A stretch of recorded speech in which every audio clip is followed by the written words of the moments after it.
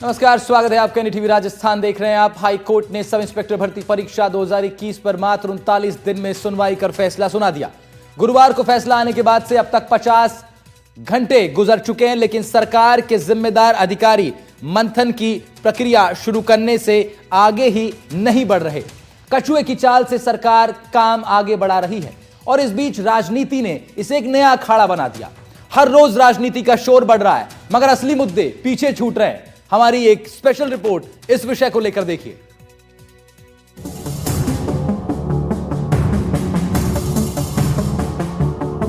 Sub inspector भर्ती 2021 का high court का फैसला आने के बाद लाखों अभ्यर्थियों की मेहनत और उम्मीदों का बोझ सब कुछ धराशायी हो गया। युवाओं का भविष्य अधर में लटका है। छात्र सरकार से इस पर जवाब मांग रहे हैं। हाईकोर्ट ने 39 दिन में सुनवाई कर फैसला सुना दिया। गुरुवार को फैसला आने के बाद सरकार भी असमंजस की स्थिति में पड़ गई। पिछले कई घंटों से जिम्मेदार अधिकारी मंथन की प्रक्रिया शुरू करने से आगे ही नहीं बढ़ पाए। जयपुर से लेकर अजमेर तक ऊहापोह की स्थिति बनी हुई है। एसीएस गृह ने कहा कि सरकार सभी पक्षों से राय लेकर आगे का फैसला लेगी। आरपीएससी को अब सरकार की सिफारिश का इंतजार है। ऐसे होगा भर्ती पर फैसला। महाधिवक्ता कोर्ट के फैसले के साथ अपनी राय सरकार को भेजेगी। आदेश का परीक्षण कर विधि विभाग अपनी राय देगा। पुलिस मुख्यालय सिफारिश गृह विभाग को देगा। गृह, वित्त, कार्मिक और विधि के प्रतिनिधि मामले में फैसला लेंगे। फैसले के आधार पर आगे की कार्रवाई गृह मंत्री स्तर पर जाएगा। भर्ती रद्द करने का फैसला लेती है तो मामला आरपीएससी जाएगा, नहीं तो हाईकोर्ट की डबल बेंच में अपील की जाएगी। देखिए, माननीय राजस्थान उच्च न्यायालय ने अपना निर्णय दे दिया है। न्यायालय के निर्णय की सरकार के स्तर पर समीक्षा की जा रही है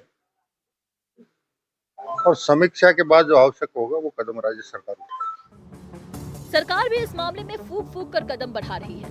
मुख्यमंत्री भजनलाल शर्मा ने भी साफ साफ कह दिया है कि अब मगरमच्छ भी पकड़े जाएंगे। तो पूर्व सीएम अशोक गहलोत जवाब देते हुए बोले, केस के तह तक जाकर जांच होनी चाहिए। मगरमच्छ कब पकड़े जाएंगे? अरे धीरे धीरे बढ़ रहे हैं, चिंता मत करिए।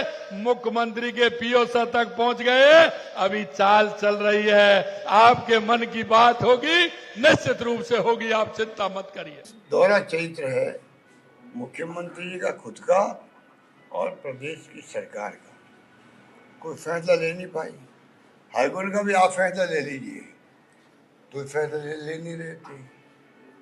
अब जाके हाईकोर्ट ने जब कहा है, सरकार ने एफिडेविट दिया था कि नहीं, फैसला रद्द नहीं होनी चाहिए। आदेश जो ऐसा ही है उनको खुश करने के लिए।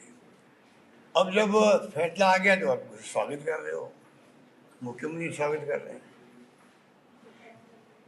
इसको जाना चाहिए, तय में जाना चाहिए। अब ये मामला युवाओं की तकलीफ तक सीमित नहीं रहा, बल्कि राजनीति का अखाड़ा बन गया। केस में मगरमच्छ से लेकर मछली तक का जिक्र होने लगा है। विधि और न्याय मंत्री जोगाराम पटेल ने कहा कि कोई भी मछली नहीं बचेगी। पूर्ववर्ती कांग्रेस सरकार के कार्यकाल के दौरान ही जो माननीय सदस्य आज जेल में हैं, उन्होंने नियुक्ति दी। पूर्ववर्ती कांग्रेस सरकार के मुखिया की ओएस साथ रहने वाला सुरक्षा गार्ड का अधिकारी इसमें लिप्त है और पकड़ा गया है।